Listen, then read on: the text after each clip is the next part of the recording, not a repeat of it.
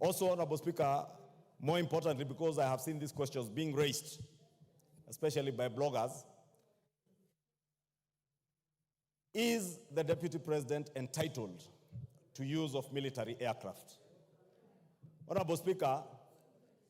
I did engage the Cabinet Secretary for Defense, and indeed I have asked Honorable Speaker, so that we may put this matter to rest, I will be writing to the Cabinet Secretary for Defense to appear before this House in plenary that only the President and the First Lady, the President as Commander-in-Chief, since we don't have a Deputy Commander-in-Chief, has access to military aircraft. The Deputy President has a police aircraft designated for his use, which currently is under maintenance, and the Cabinet Secretary tells me in the next few weeks they will have finalized with its maintenance, because it is not just a police aircraft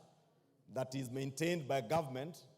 but whenever the Deputy President is flying that aircraft for his safety and security, bearing in mind the office he holds, is usually flown and operated by Kenya Air Force pilots and servicemen, Honorable Speaker, so that we can assure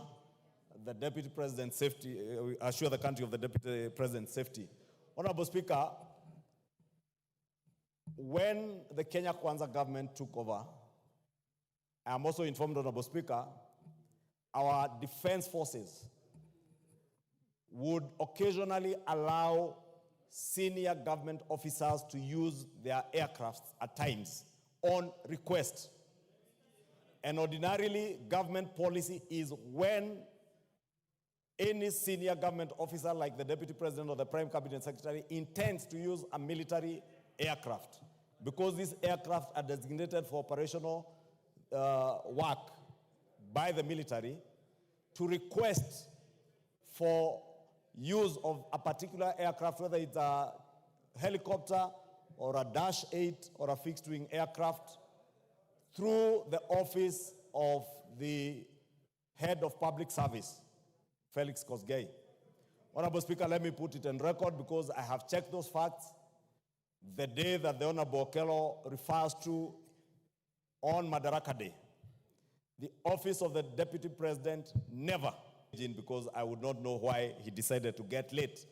because either way you could also choose, like the Honorable Speaker chose, to go and spend the night in Bungoma or in Kisumu and be near the function, or wake up early like many of us did to travel. The same with the incident that the Honorable Jared Okello speaks to this Sunday in Nakuru at the Akorino Church.